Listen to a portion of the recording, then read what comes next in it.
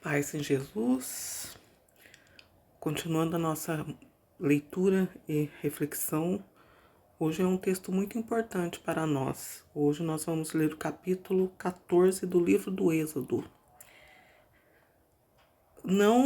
Hoje eu não estou passando para vocês, não estou fazendo no WhatsApp do Facebook, e nem na minha página, e nem no meu perfil. Eu estou gravando, portanto, vou deixar os links para vocês poderem, se interessarem, ver o que nós vamos ler e refletir no dia de hoje. Passagem do Mar Vermelho. O Senhor disse a Moisés: dize aos israelitas que mudem de direção e venham acampar diante de Fiairote, entre Magdalum e o mar, defronte de Beus-Zefum. Acampareis defronte deste lugar, perto do mar. O faraó vai pensar: os israelitas perderam-se no país, e o deserto os encerrou. Endurecerei o coração do faraó, e ele os perseguirá. Mas eu triunfarei gloriosamente sobre o faraó e sobre todo o seu exército. E os egípcios saberão que eu sou o Senhor. Os israelitas obedeceram. Quando se anunciou ao rei do Egito que o povo tinha fugido, o coração do faraó e de seus servos voltou-se contra o povo. Que fizemos? Disseram eles, deixando partir Israel e renunciando assim ao seu serviço. O faraó mandou preparar seu carro e levou com ele suas tropas.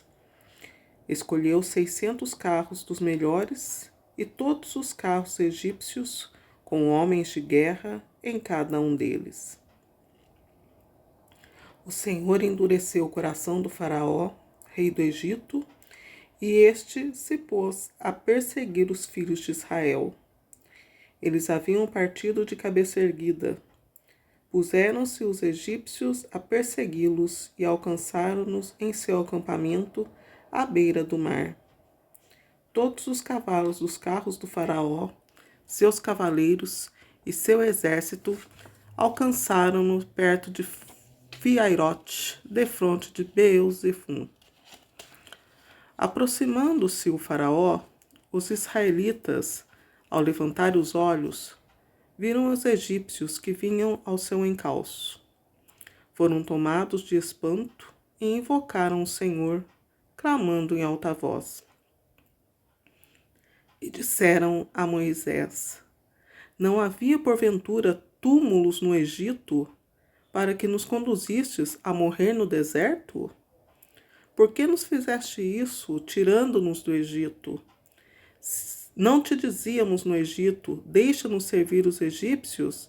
É melhor ser escravos dos egípcios do que morrer no deserto? Moisés respondeu ao povo: não temais, tende ânimo, e vereis a libertação que o Senhor vai operar hoje em vosso favor. Os egípcios que hoje vedes, não os tornareis a ver jamais. O Senhor combaterá por vós. Quanto a vós, nada tereis a fazer.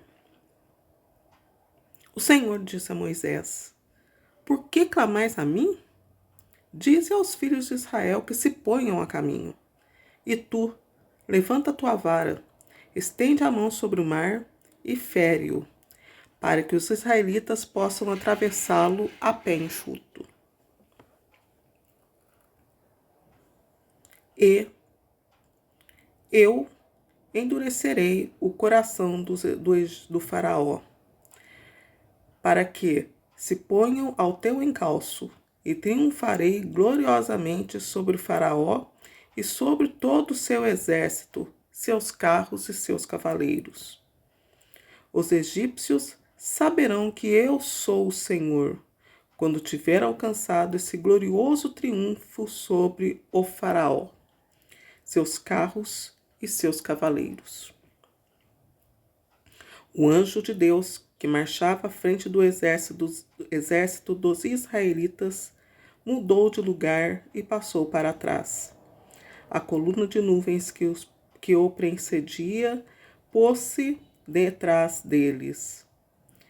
Entre o acampamento dos egípcios e o de Israel era obscura e iluminava a noite, e não puderam aproximar-se um do outro durante a noite inteira. Moisés estendeu a mão sobre o mar.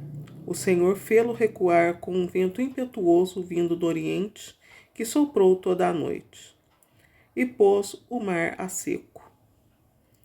As águas dividiram-se. Os israelitas desceram a pé enxuto no meio do mar, enquanto as águas formavam uma muralha à direita e à esquerda. Os egípcios os perseguiram.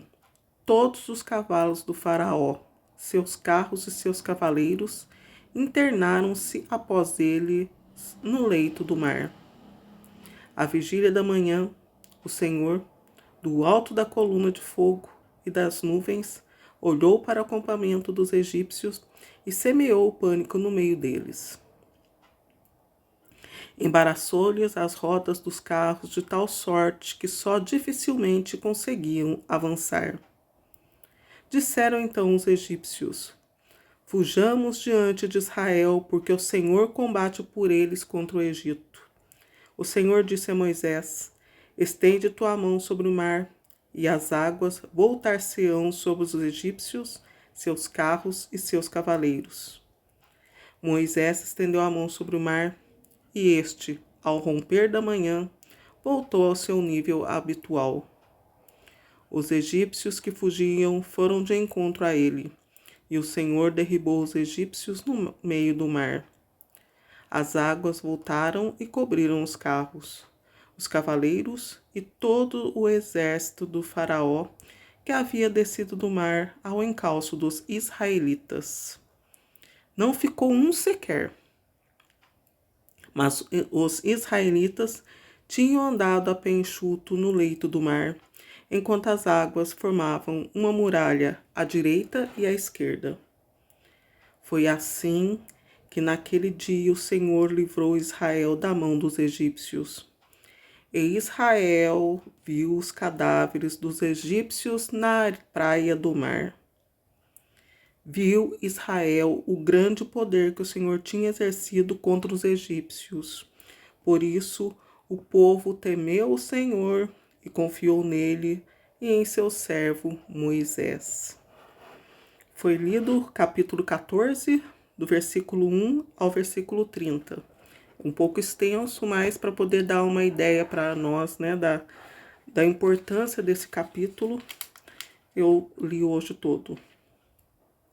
A importância nessa nossa reflexão é: o Senhor, o tempo de Deus não é igual ao nosso. Aqui, se nós formos ler aqui, Deus ele deixa que ainda não era suficiente aquilo que ele tinha feito. Muita coisa ainda ia acontecer, né? Os israelitas estavam com pressa, mas a ação dele estava fora da ação, aquele entrevém isso, a ação dele estava fora da ação dos israelitas, né? Porque para nós somos uma pessoa só diante de Deus. Quem estuda, pessoas que leem, percebem que esse aqui, apesar de ser o começo da história, também será o fim. Porque lá no livro do Apocalipse, no capítulo 20, mais ou menos, 20 e 21, diz: o mar e seus mortos.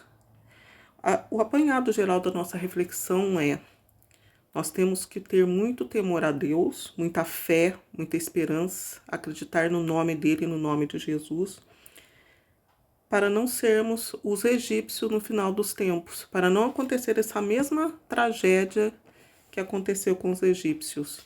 O povo de Deus, nós somos abençoados, nós somos amados por Deus, amado.